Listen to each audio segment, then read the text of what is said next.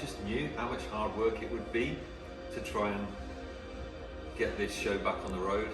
But people were coming up to me and just saying, Alan, it's really important in Coventry that Coventry has spaces like this, that artists or basically anybody creative has got an opportunity to try out new ideas. And you've created a wonderful, safe space that's inspiring, and we need it to continue, even if it's just for 6 months until the building gets knocked down. So people kept nagging me and saying, come on Alan, don't give up. So I thought, you know what, okay, even though it's going to be hard work and it's way outside my comfort zone, because I've never had a lease on a commercial building before, I don't know you don't know what you don't know with these things. But I just thought, okay, I'm going to learn quite a lot through the experience. I'll make time for it. And I put myself out there, you know, and just started having conversations with people, trying to get a dialogue going, trying to get people excited about what I was excited about. And it was hard work, but I've got to say, in the end, the council were really, really helpful, and came up with, we've basically got a free lease here, and we've got 100% business rates exemption. So I cover the electricity and the water utility overheads here, which is, you know, quite a chunk of money, but we're looking to generate income streams to cover that, and I've got a few donations from local businesses, which is great. But yeah, it's not about me. This space is not about me. Yeah. It's about the people that use it, and exactly. That's my payoff. If I walk in here and you know, there's not many people around, I get really upset because because this is a facility for Coventry. It's, you know, it's run by the community for the community. It's exactly that. And I was saying to Alan that when you walk into this building, it's a whole different experience to just like what you sometimes feel like Coventry can be. And you come in and it's just a different world completely, and there's different worlds within. It's like a whole different universe. There's different planets here. Yeah. Next, I got to speak with Becca about her exhibition set up in the lift shaft at LTB Showrooms. I like how it reflects on here. Yeah. Because this is supposed to be intestines. Really? Yeah. That's what it was. Could you tell me a little bit about that, if you don't mind? You were going to record me? Yeah. Should we say about what this is about? Yeah, I want you to just tell me. Yeah. Okay, shall I start from... Okay, so this is an installation that I made, inspired by me becoming really poorly, really poorly. I got sepsis, nearly died, was in hospital for a long time. And then, of course, like my whole life got turned upside down, couldn't work, like everything I knew was gone. I couldn't I was really weak, tiny weenie I was, but obviously now I'm a bit bigger. But yes, and then I seen a thing about volunteering here, so I got in touch with Alan, started volunteering, and then I knew I wanted to make something, but I didn't know what I wanted to make. And then the lift shaft, I was quite into this space, so I said to Tony, will you let me do this? This is what I'm planning. Then it took me ages to do it, and they were all wondering like, will she ever finish it? And then I did finish it. So like it's basically, yeah, about what happened to me really. A record of kind of what happened. And I always used to make stuff that was quite personal, but not obviously personal. So when I made this, it's kind of a bit like, you know, like I'm on the edge of like sharing too much. But then this, you would never know that this was supposed to be my insides, like coming apart. Like it's like a glowy. This is probably the thing that's most like my other work. Yeah. Because it's kind of, you don't know what it is. And then this was just a projection of stuff that I wrote down one day, which is the same as the writing on this sort of wall. Yeah, and in the ball, right? Yeah. Last time I came, I picked one out. Oh, did you? Yeah. Oh, and then the curtain as well. This. Because that was the entrance. That was the entrance. And then inside there are all the sounds that I used to hear when I was like spinning out on too much morphine. I could hear like bats flying around my bed. So that was what was in here. But yes, I'm going to make something new that's going to be really like well, I don't know whether I'll share it or not, but we'll see. Yeah. But I'm Tony Peach, and I'm really kind of a bit random because I'm just volunteering here at LTB because I feel I fit in here. I could do stuff here. It's very ad hoc, it's very liberal, it's very free thinking and open-minded. And I don't really fit into societies that are box ticking, having meetings in magnolia rooms and banging on about nonsense for weeks on end and then they do nothing. You know, here at LTB, come in and you can do it. Whatever it is, you can just do it because Alan says, yeah, just do it.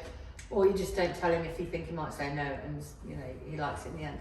But primarily I'm a collage artist, and what I like about collage is the process of finding all the pictures, looking through old books and magazines. I really love old stuff. You know, I actually started collaging recently. Yeah. So, you know what? It's a really easy way to get into art. Because if you want to paint or you want to draw, but you don't have that confidence or you just don't think you're good enough. Yeah. If you start with collage, it's a really good way to just find your way of like filling the frame, composition, all stuff like that, and building your confidence. Yeah. You know, so I've got lots of different styles. There's some stuff on the walls here. A lot of it's just mixed media or just anything, and I use all recycled stuff. I don't buy any new frames. I just get second-hand ones or find them in bins and skips and things. That's part of the process. It's recycle art because collage is really, you know, using old books and magazines out of recycled bins.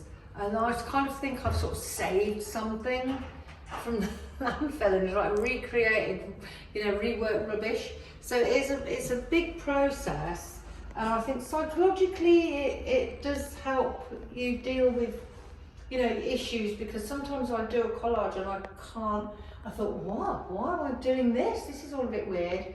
But then a bit later on I look at it and I think, oh, I kind of think I got something out of my system through that collage, you know, but you didn't realise it at the time because it might have been a subconscious thing. So yeah, volunteering at the LTB helps me to share the insecurities of a wannabe artist, I guess, with a lot of other people like that. And I'll just say, look, just sit down, here's some scissors, there's some magazines, cut them up, here's some glue, you know, do something, you know, you don't have to, but if you want to. And people can. They think, oh, I never thought of that.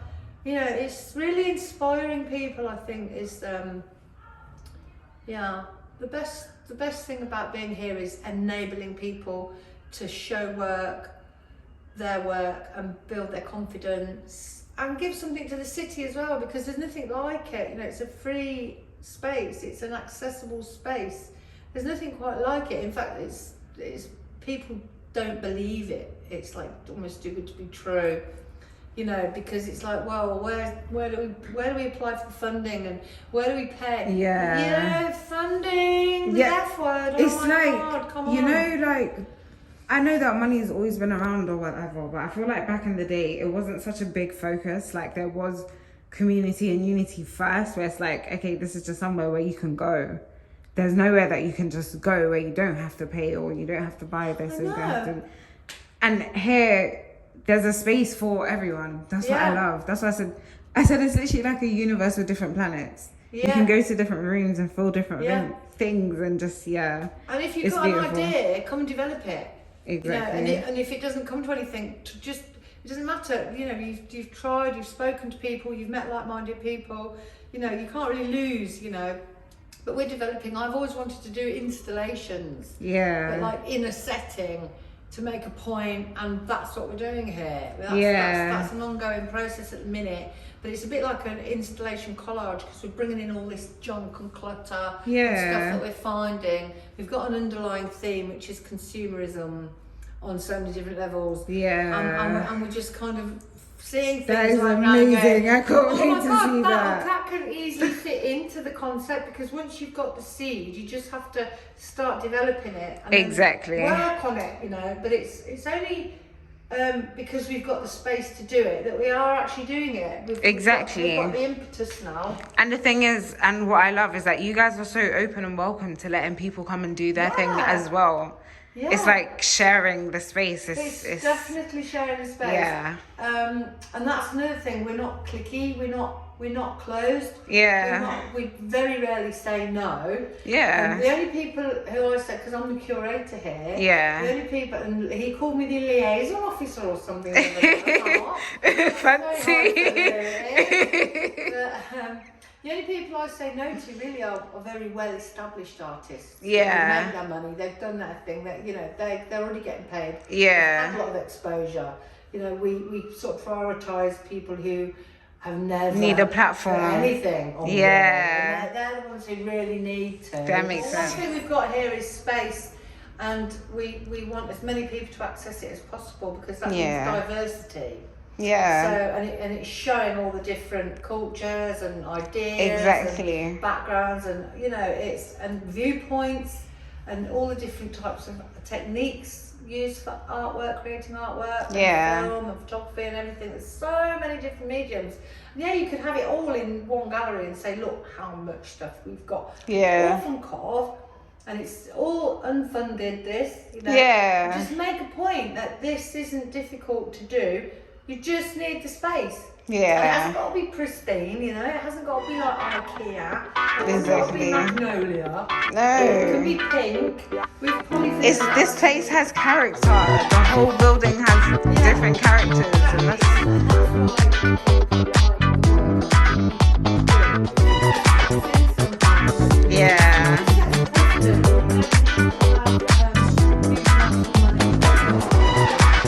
You don't.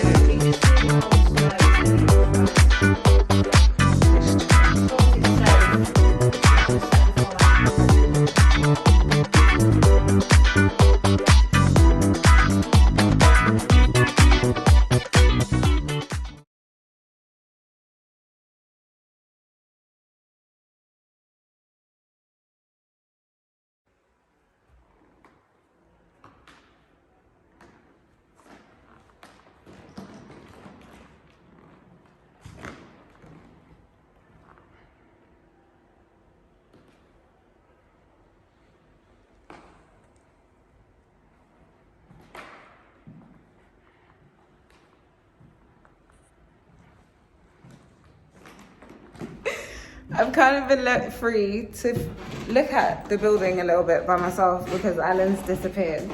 But I remember the first time I came, he showed me this space through here, and it's like, I don't know, it's just so cool.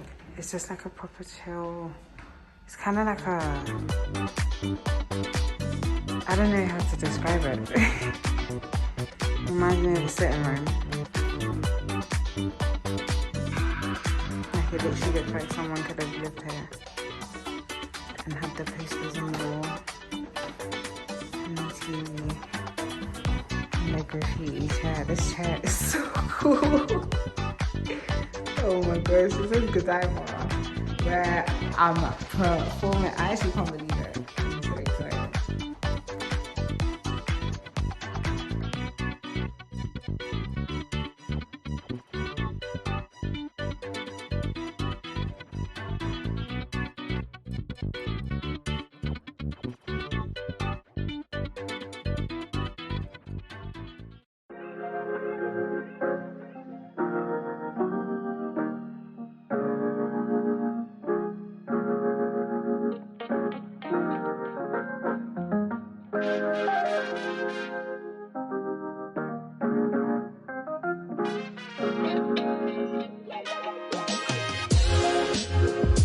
There must have been a bar here.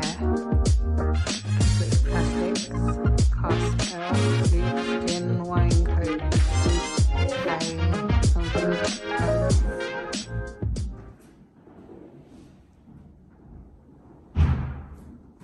This is what I mean about every room just having a completely different.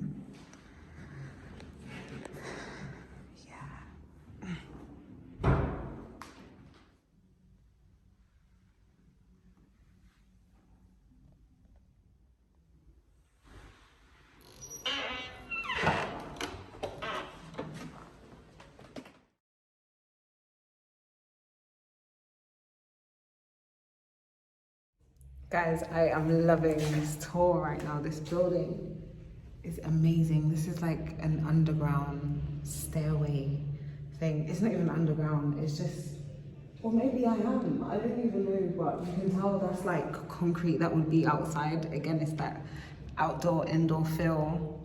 It's just so amazing. I don't know.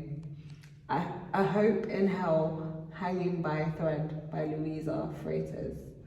This art piece is a visual portrayal of how my mental condition, I don't know how to say that word, more commonly known as hair pulling disorder, makes me feel. There are 4 main emotions that take over when I'm feeling the most overwhelmed and controlled by this condition: anger, desperation, frustration, and shock. Throughout the 20 years of struggling with that word, I've developed the running joke that I have more faces than hair in my head, which eventually translated into the art. Now I have an actual head with my various faces by a few threads of hair that are left. Making this art piece was cathartic for me, since it allowed me to process my emotions and release some of the pent-up frustration I had. Funnily enough, it also helped me to stop pulling for a while, since it kept my hands busy. That's beautiful.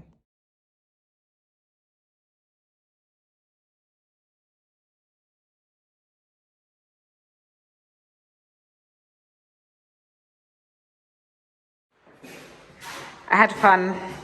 So you have found me. Yes. So guys, this room is off limits. They don't let anyone use the space, but it's just clean. It even smells like fresh paint. Like,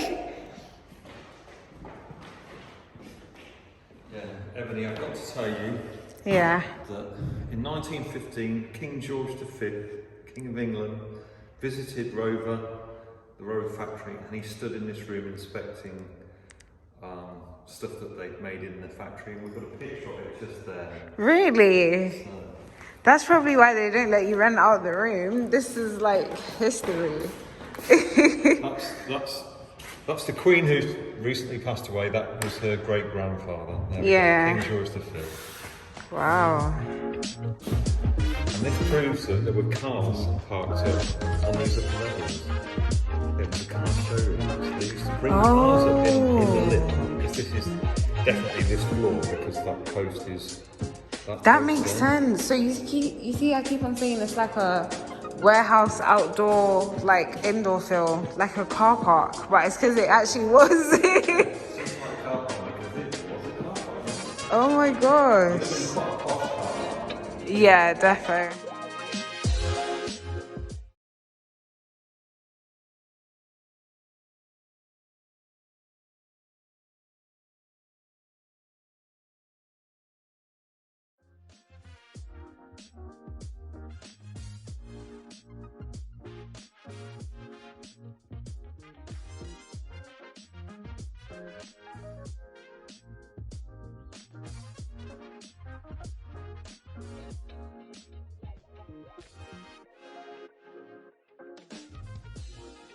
Little gallery, and I think the idea is that people can just come in and they can put graffiti or drawings on the walls.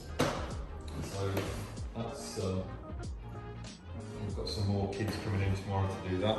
Yeah, I really like this one. Yeah, I do. I really do.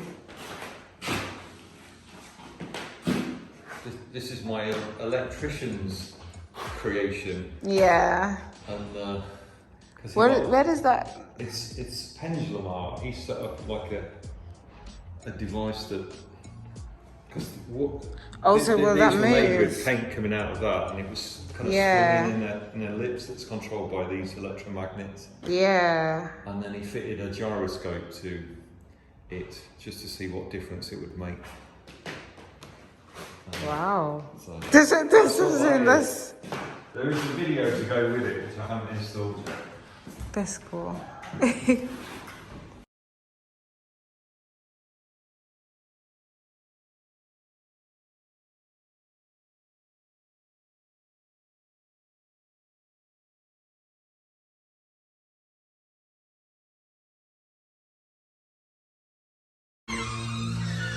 Even though the video doesn't like do it half as much justice as the actual experience of it.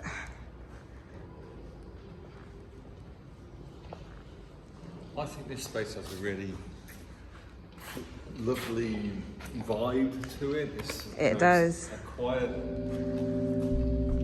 calming space. Yeah.